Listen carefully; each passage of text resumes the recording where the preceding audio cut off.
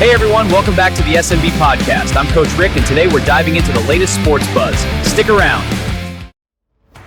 Welcome everybody to SMB Podcast Spring News Bulletin. It's another edition of SMB Podcast, and we have Yankee Joe. He'll be my co-host today, just us two. Talk everything about the Yankees, their pitching, batting, any concerns, and whatever else we need to speak about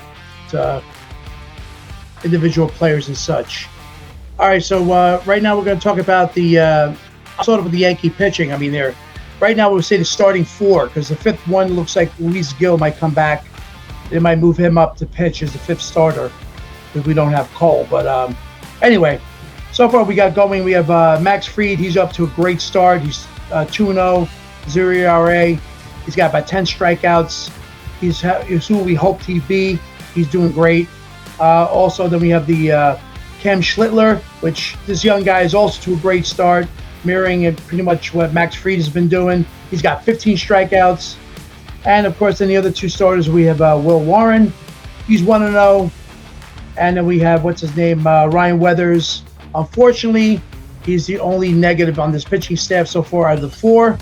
He was pretty much horrible. Like you said earlier, off screen, the weather was horrible. And so was Ryan Weathers. Exactly. So 3 of the 4 right now. We're doing pretty well with starting pitching, and that's what I mean. As far as starting pitching goes, I'm okay with the starting pitching. Weathers is the odd man out. We get Randon back, and we'll see what happens with the pitching staff. What do you have on the pitching staff as far as like the bullpen goes? Well, the bullpen, Duvall, he started out okay, but his last few games he's been really roughed up. He really struggled. Yesterday, he left a couple of guys on base. He gave up 2 runs to tie it. He was booed off the mound, so you never want to see that. It's not good for a guy's confidence as well. Remember last year, he struggled a lot when we got him, and they spent a lot of time with him in the off-season, working with him, working on his mechanics and his makeup and everything, and like I said, his first couple of games he did okay, but then lately he's been struggling, and Boone has pretty much used everybody else. Brett Hedrick has been pitching really well, so I'm pretty sure that little by little when we get the starters back, some of the bullpen guys are going to be cut. My main candidate to be cut would be Cam Winquist. He was the Rule 5 draft that we got from the Cardinals, and he hasn't pitched yet. And to your point before about Keel, he's due back Friday to start. So one of the reliever guys is going to have to go. So I'm pretty sure it's going to be Winquist, and that would knock Weathers to the bullpen. So you'll have a new dynamic little by little, but I'm pretty sure it's going to be Weathers. So I agree.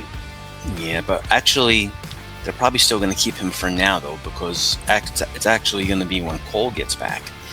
Because when Heel gets back, you're going to have Fried, Schlittler, Warren, and then Heel and Weathers. So you're going to need 5 starters. So actually, we're going to have to go with what we have until Cole gets back. And they're talking about mid-May, hopefully, but June 1st. So the bullpen, it's going to have to be shuffled around a little bit, because right now, as good as the bullpen is doing, you can't expect them to do this all year.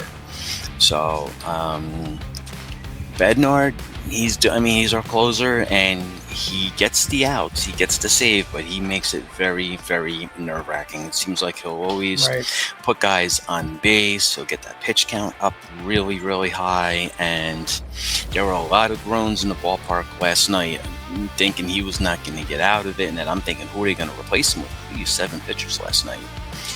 We used Tim Hill for 2 batters, and we had to go to the bullpen early, so we had to bring in Jake Bird last night. He's been really surprising, though. We had got him from the Rockies last year, and he only pitched in 3 games, and he was horrible.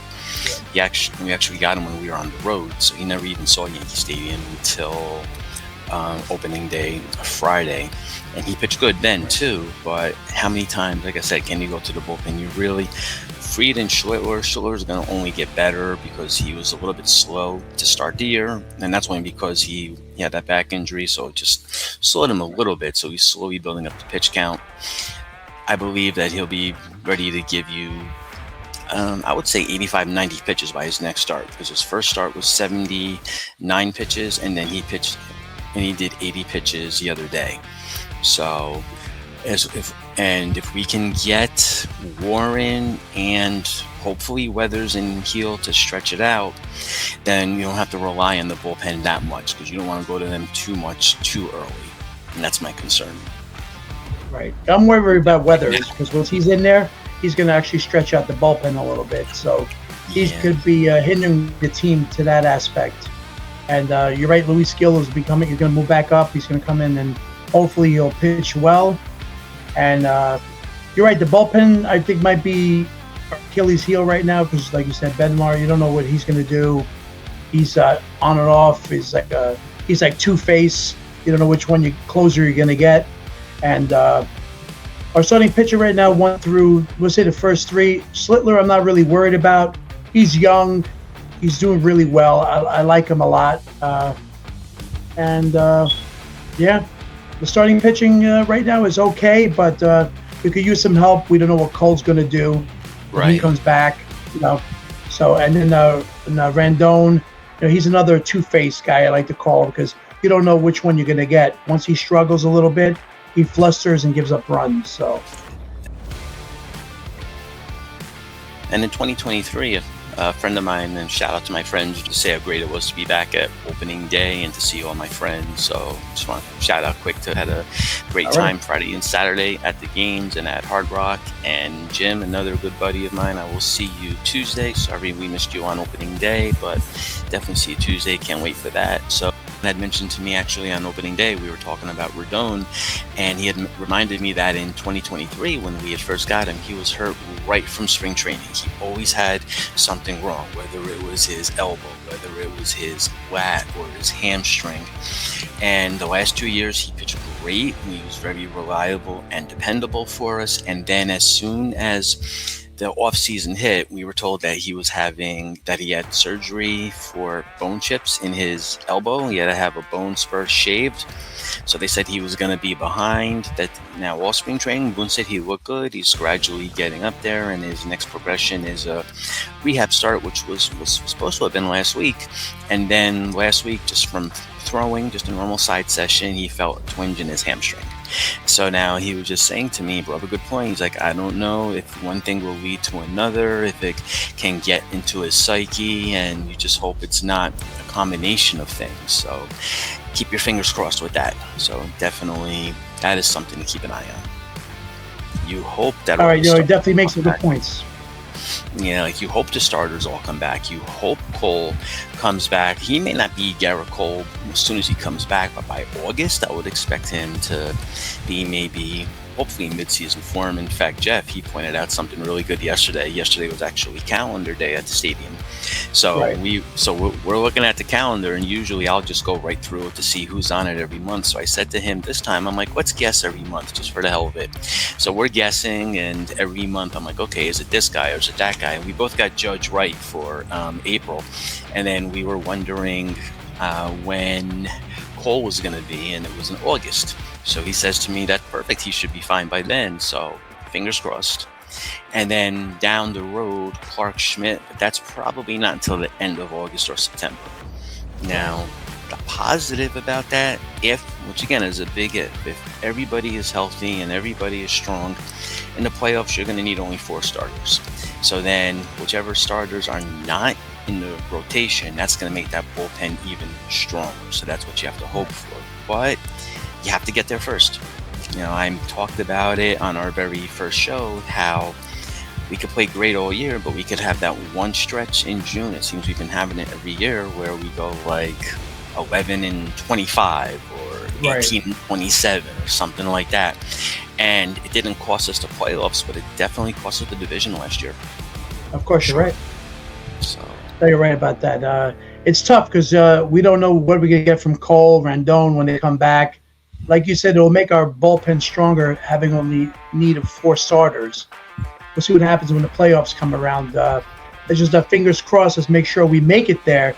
I like to win the division, as you pointed out early in the year, that we just hope that, or early in spring training, that we have to hope the Yankees win the division because it's kind of tough when you have the Blue Jays, breathing down your back and they get home field advantage. Exactly. For us, we could use the rest.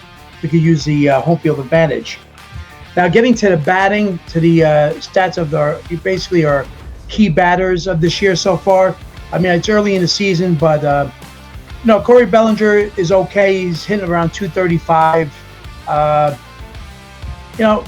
He's creeping up there. I wouldn't expect him to be more than a 275 hitter anyway, 280.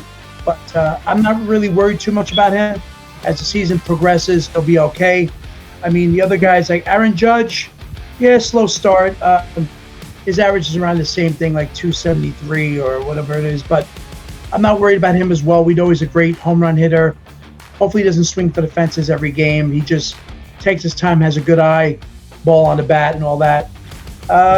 Who I do like, you did mention earlier, was Giancarlo Stanton. He's off to a great start. I mean, yes. He's got how many at-bats does he have? I think he's got 14 at-bats. Oh, no, he's got more. He played in the first 5 games straight, and he had at least 2 hits in the first 5 games. And then he did not play the day game in Seattle, so they gave him like an extra day off because the day game after the night game and then the travel day. Right. So he went hitless opening day, but he had a couple hits last night, and he had a really good steal of second base. The Marlins just caught him napping, and then he moved to third on a ground out, and then he wound up scoring. Right after that, there was a wild pitch, and he scored on that, and we won the game 9-7. So every run counts. No, it does. That's one aspect of his game that you're not expecting. So he's looking really good at the plate. Yeah, it's hitting over 300. So I guess his slugging percentage is up there as well. So we'll see what happens. I always love Stanton. He's always a force. You look at him at the plate, I think he puts a little fear into pitchers, just the way he is, his presence, and his, he can hit the ball. There's always not a home run. He hits line drives. So he's a great contact hitter. And then Ben Rice, what can you say about the kid? I was really angry with Boone in the beginning, not playing him, but him coming along, what is he hitting now? Almost 400 or just about? I didn't really look at stats. This is not including today's stats because I didn't watch today's game yet. Yeah, omitting today's stats. Right. I think he was batting like 412 at one point, but I don't know if I was updated online because, you check Google, check stats, Okay, so at the moment, he's batting .360, scored 8 runs, 9 hits, 2 homers, 8 RBIs, 9 strikeouts, and 6 walks. He has an on-base percentage of .484, so that's pretty good. That's pretty good. And he's playing very good at first base. Remember, he came up as a catcher for most of the minor leagues. Only, I believe, his second year in the minors was he moved to first base, so his natural position is still catcher, so he's still learning first base. But he's getting key hits too. He struck out 3 times on Friday, and that could be very discouraging. But in the 7th inning, he came up and he had a home run, and in the 8th inning, he just missed another one. It was right off the wall for a 2-run double. So he's getting the hits when they matter. I mean, it always matters, but like at key points in the games. And I could see him being, again, it's still early, but with the breakout year he had last year with the 26 home runs, I could really see him developing into an all-star at first base. I really could, especially with, he still has another year of Paul Goldschmidt under his tutelage. So, that's always a good thing. As his mentor, because Goldschmidt's been around for about 16, 17 years. He has a couple of All-Star games, an MVP. The only thing missing from his resume is a World Series title, but he's been through pretty much everything you can be without winning a World Series. So he's very good to learn from, and he's very good at first base. So that was a really late spring training move to pick him up. So that's definitely going to help Rice. It's going to continue to help him. Yeah, I'm not even worried about him. He's another guy I love. Yeah, I love him. He's another player that I think he's having a long, beautiful career as a Yankee first baseman, and maybe spot duty and catcher if they really need him for emergencies. But I see him basically, like you said, as a first baseman. He should be playing there as well. Under Goldschmidt, it's just this year. Then of course Goldschmidt won't be with the team next year. But there are 3 concerns. Well, I didn't think he was going to be back this year, Goldschmidt. You never know.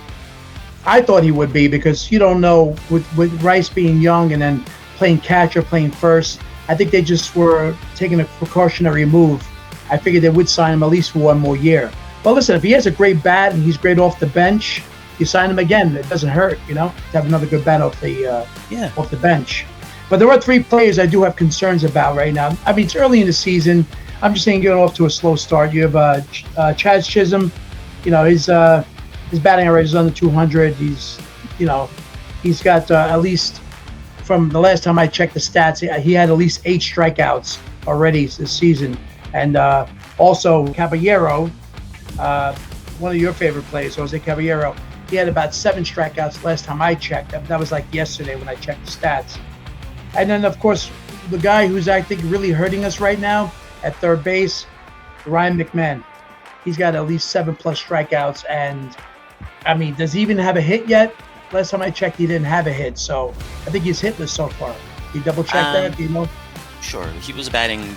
His average got down to 0.51 last night. He was really playing bad. So he might have one hit. Then okay. All right, but he's not somebody you rely on.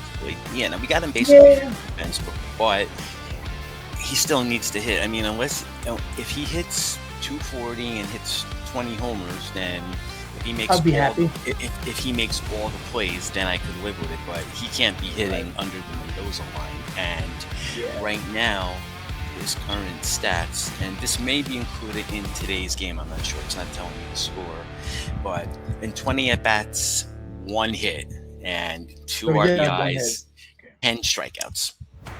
Yeah, that was yesterday. Probably that 1 hit. Yeah, not good. So, no, and he did make a couple of like short. There's like a couple of ground balls that were like he had like really charged to get to yesterday, and the runner beat it out both times. So, although there were and again, shout out to Jeff again, he told me a lot of Texas leaguers last night that were dropping in, like all over the outfield, over the infield, and it was discouraging because we were down 4-0 early, and then we got ahead to 6-4 that we were winning, and then we just gave it up again. So, yeah, these are all little things. Like you said, it's early in the year, but it's still little things that could all add up. And Chisholm, too, I believe he has it in his head. Remember, he said he wanted to do 50-50 this year. And last year he did 30-30. And he was like, oh, well, if I was healthy, I would have done 40-40 because he missed a month. And that's probably right. That's probably accurate. So that's fine if that's your goal, if you want to do 50-50. But I wouldn't say that. You could think in your head, hey, I want to do 50-50. And if he does 40-40, everyone's going to love him. But he's saying 50-50, and he's saying he's everything except a Hall of Fame player yet. So if he does not do 50-50 this year, he's going to get vilified. Right. He's going to get vilified. He's going to play himself out of a contract. And definitely play himself out in New York. So in 31 at bats, 194 batting average with only 2 runs, 6 hits, no home runs. And he's running a little bit. He's got, I believe, 3 stolen bases. He's got about 7 strikeouts too, right? He has 12. He has about 7 strikeouts. 12. Oh, 12 already? Yeah. Worse than I thought. Okay. Because he swings for the fences. That's the thing. It's like you had mentioned earlier about Judge. Hope he doesn't swing for the fences. And he really, from what I've seen, it doesn't look like he's doing it. Even when he's pressing, he lets the game come to him. He'll take his walks when he needs to. And that's really what the rest of the team needs to do. Don't be afraid to strike out on a pitch that you might think is a ball, but is really a strike. Don't be, just play your game, but don't go swinging for the fences, because then you get into a rut. You change your batting stance, you change your swing habits, you really change everything, and it throws your whole game off. So you definitely don't want to do that. And then another concern I have as well is he's really struggling at the plate, and it got to the point where Goldschmidt pinch hit for him last night, and then they put in J.C. Escara as the backup to lead Rice. At first, we were wondering if Goldschmidt would have stayed in at first base, and then if Rice would have just moved to catcher. But then you lose your catcher. Then you only have one catcher left. So, well, that's a problem. I knew Wells. I'll be honest with you, just waiting for the other shoe to drop with him. you get these veterans, he's not a great player to start off with. He did some great things for us, but like catching takes its toll, especially if you're not a great hitter, a great contributor to the offense, and you have your spurts. You're going to get hurt, or you're going to just get too tired. It's the beginning of the season, so we'll see where it goes with him. You don't want to move Rice around because he's young. You want to keep him healthy, keep him at first base. Yes. But even though we do have Goldschmidt, maybe you have to spell catching sometimes. That could hurt us a little bit with his bat, but he's a young kid. We'll see what happens with that. What else you had on the Yankee front? You said a few things that you want to talk about. Is there something else that you want to bring up? Basically, with Judge, on the positive side, he's got 3 home runs this year. Now, I know it's early and he hasn't hit as many this year yet as he did this time last year, but he only needs now another 29 for 400 for his career, so that's something really, really good to look out for. Him and Stanton have homered in games together 60 times, and they are 57-3 when the Yankees have done that. So I would love it if they could get that to 75, because that would tie Ruth and Garrett's mark. Can that be done? I'm not sure, but we'll see. Again, I had mentioned anything possible. Yeah, and remember, if anyone who's saying Judge is struggling right now, he's not playing as great as he was this time last year, but this time in 2024, he was batting under 200. He didn't have that many home runs. He had a really bad April for his standards, and he wound up hitting 58 home runs and winning the MVP. So I'm not worried about him. I don't think his timing looks off. I don't think he looks like he's struggling to find it at the plate or anything. I think he'll be okay. I really think he'll be fine. Yeah, I think so too. I agree. And Max Fried, like you said, he's been a positive so far. Like I said, I don't know how he did today, but we'll see. But yes, that was a very big pickup, and they got him just to slide in behind Garrett Cole last year, and then right away he's thrust into being the number 1 guy, and he did it flawlessly. And he's got something to prove too, though, because he got roughed up in that game in Toronto in Game 2, and that contributed. I mean, everyone contributed to the loss last year in Toronto and not winning the division series. But a lot of the players and the entire team, really, they're looking at that as motivation for this year. And I was very hesitant about it in the past, and I've gone on the show and I've mentioned where I wasn't crazy about them running it back with last year's team. But when you look at it, they didn't run back the team that they had at the beginning of the year this time last year. They're running it back with the team with all the additions they made at the trade deadline. And they have all the right pieces. They really don't have any excuses now, and they seem really determined. After the second game in San Francisco, they take the first 2. Everyone could have easily said, okay, we won the first 2, so not that we're going to mail this game in, but maybe we don't have to do like all gas on this game and push through, full throttle. And Judge, Goldschmidt, and Stanton had a meeting with the team. They were just little reminders, just say, don't take anything for granted and just push for that extra win, push for the extra stolen base, push for the extra tagging up on a sacrifice fly. Just push for that every little extra thing, that aspect of the game that will help you win, because that's going to be the difference between winning the division or not. So they took that 3rd game in San Francisco, and they took 2 out of 3 in Seattle, and then first 2 games against the Marlins. Yes, last night was sloppy, but they found a way to win. So hopefully they won today too. So we'll see. And keep winning the series, win every series. Right. I don't know how the Red Sox did today, but they were already 4.5 games out. Now, you could say, yes, it's early, it's April. Well, it's never too early to pad your lead, and it's never too early to fall really far behind. So I'm not looking at the standings like obsessively yet, but I do keep an eye on it a little bit. I know that we play in Fenway the 21st, 22nd, and 23rd. I'll be keeping an eye out on that, definitely. And I always say, if you're say like maybe 3 or 4 games up before you play them, you want to increase it by a couple of games.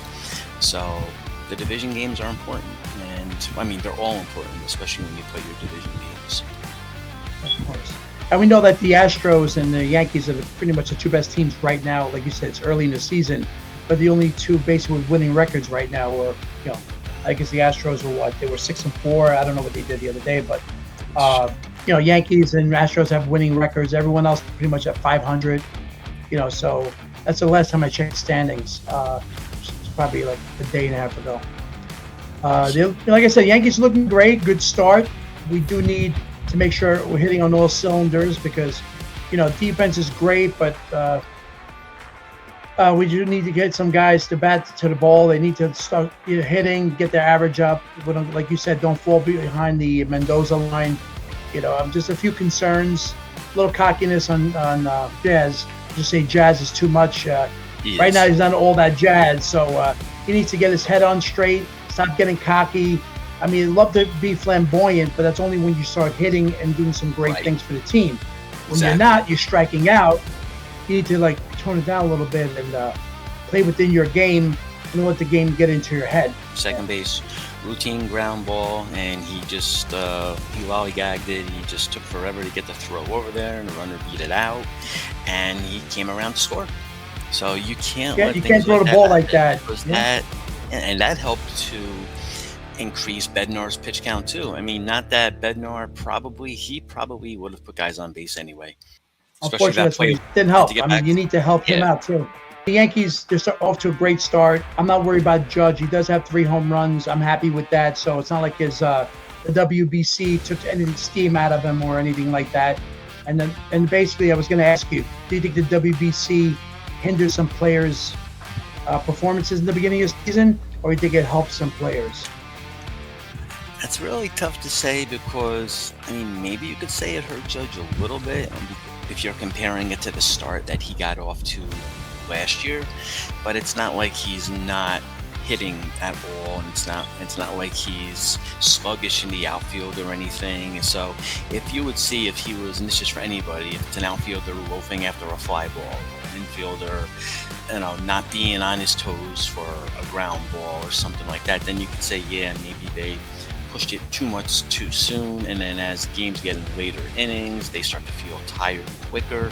I haven't seen that with the Yankees yet, so I don't know if I could say that yet. You could probably say it for Wells. That is a good point. You could probably say it for Wells because he didn't start off this bad last year. And Bednar, he's, even since we had him last year, this is the way he pitches. From what I've seen so far, from since we got him, this is how he'll pitch. He'll come in, he'll get a couple of guys on base, a couple of high pitch counts, and then he'll get out of it. But how long can he do that? He threw 40 pitches in Seattle last week and 1 1/3 inning. So that's 2 games where you're really wondering and worried, okay, who's going to pitch after him? So you really are concerned about that, definitely. That's why it's imperative to get the starting rotation back, as we had mentioned earlier, so then you can move other pieces to the bullpen to help strengthen it. So that's what we have to hope for right now. I mean, I know it's early, but I'm going to mention third base because I still think it's our Achilles heel. I'm not happy with McMahon. So third base and maybe one more starting pitcher would be something that would, I think, it would right the wrong in the Yankees as a team. That's, like you said, it's too early. It's the beginning of the season. It's too early to talk about that. What do you have as far as, like, what are your final thoughts on the Yankees? Whether it be, what do you think as far as, like, what they need to do this year? What do you think is what's good, what's bad? What's your final thoughts on the Yankees, whether it's positive or negative? Well, it's definitely World Series or bust every year with them, and every year that you continue to not win, whether you get to the World Series and lose like in 2024, or you don't get out of the second round, and if you just make it to the wild card because you didn't win the division, the stress and pressure gets more and more. So it's like I said, it's World Series or bust. Anything else is not acceptable, and then you begin to wonder how long does Aaron Boone stay. He's got his contract through next year, and I'm hearing that if he wins the World Series this year, he might just retire. He has said, he's been vocal about he doesn't want to be a manager that manages into his 60s, like some of these managers do. So we'll see. I mean, he's taken a lot of heat, and a lot of it is rightfully so because he's made a lot of decisions that really make you scratch your head. And a lot of those decisions, he is working collaboratively with the front office. He is like the spokesperson for the front office, but Right. there are still decisions that he makes in game that you scratch your head about, that you wonder about, and then just the way that he always defends his players. And it wouldn't hurt. And again, shout out to John. He mentioned this to me Friday. It doesn't hurt sometimes. You don't throw the player under the bus. You don't criticize him. But when the reporters ask you, like, why did Weathers, like, what did you see from Weathers? And he, instead Be of saying, honest. oh, I thought he looked really good today. Like, he'll always say, oh, he looked really great. Just say you Yeah, have to he's do true. better. Just say you have to improve. You have to be more efficient. And because the fans, like I said, they don't want to hear you criticize them, but they don't want to hear you babying them too. You're right. So, I'm glad you mentioned him, Bob Boone, because I was going to ask you about him, and you read my mind, actually. So, I mean, he's a family guy. He's always like, every once in a while, he'll sprinkle in his kids, his family. You're right, doesn't want to manage into his 60s. I'm surprised he's still managing the Yankees, but the Yankees are reminding me a little bit of the Cowboys in the football, where you have a team, you're winning, you're showing a good enough product on the field, and you're happy with that, and you just go about the status quo of having what you have, play what you play, and hope for the best. So with the Yankees with Boone, I really shouldn't. He shouldn't be the coach anymore. I mean, there's nobody out there right now that you can actually point to and say, oh, I want this guy coaching the team. Who knows?